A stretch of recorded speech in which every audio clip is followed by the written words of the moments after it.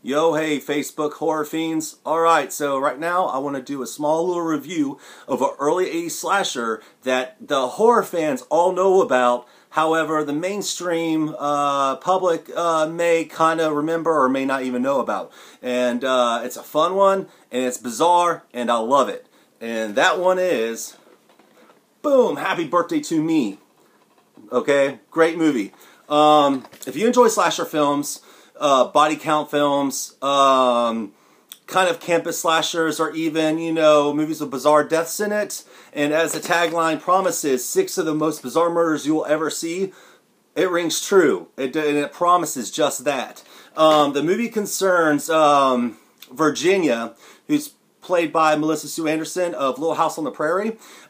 She, in her past, had a traumatic accident with her mother that resulted in her mom dying and her losing a lot of her memory. So after a brain surgery that she was a guinea pig for some new technology, she now is back and recovering and back to a stable life with a new group of friends who happen to be the Crawford Academy's top 10, the most popular and privileged kids of the school.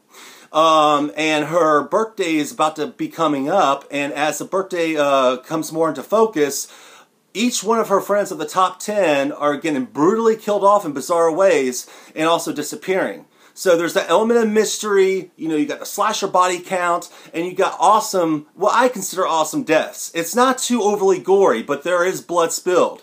As the box cover suggests with the shish kebab death, this is not an actual image from the movie. It was for the poster, for the the advertising campaign. But as it says Steve will never eat shish kebab again. There is a shish kebab death in it. There's also a weightlifting death. There's a motorcycle tire death, and several others that are pretty badass. And the mystery to the movie builds and builds and builds, and you kind of get, you know, you have the few red herrings in the film. However, I'm not going to reveal the twist at the end.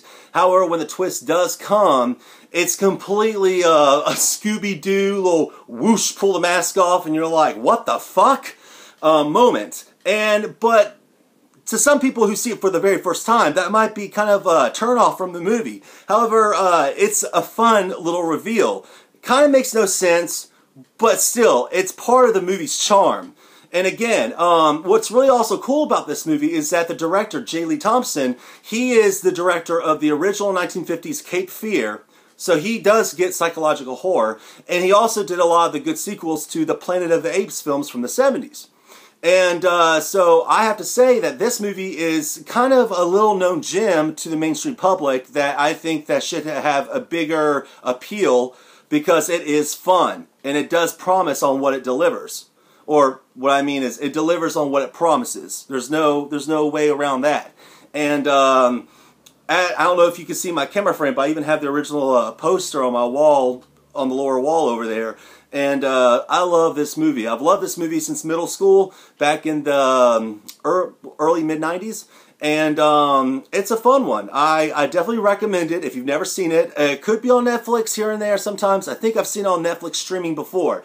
If you have Netflix streaming and ever come across it, give it a watch. It's at least worth one watch. And I prefer, when it was re-released on DVD by Columbia Pictures, they messed up the soundtrack and the original music in it. They replaced it with like a real corny kind of disco-y soundtrack, and kind of took away some of the good elements, because the original print and the re-release Anchor Bay print had the original creepy piano music score to it, and it's well done. Again, that is Happy Birthday to Me, the cover, and check it out sometime. If you enjoy slashers, if you enjoy body count films and mystery and trying to solve things, you'll dig it. I dug it. Okay, peace.